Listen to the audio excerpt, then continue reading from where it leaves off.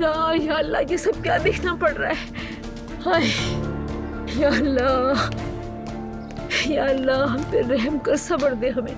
हाय अगर किसी को पता चल गया तो बदनाम हो जाएंगे। क्या करें अब्दुल्ला साहब? मरियम बेगम खामोश हो जाओ। बस मैं ही खामोश रहूं? कभी ये नहीं कहा कि हाँ मरियम तुम बिल्कुल सही कह रही हो, कभी भी नहीं।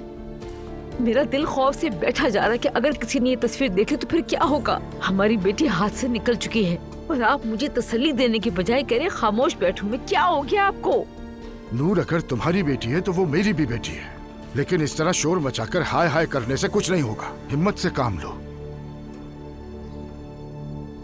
नाइला से कहो कि वो मुस्तफा समेत किसी को कुछ भी ना बताए। हमारी बेटी कहीं नहीं गई, सब खैरियत है। जो करना है मैं खुद देख लूंगा।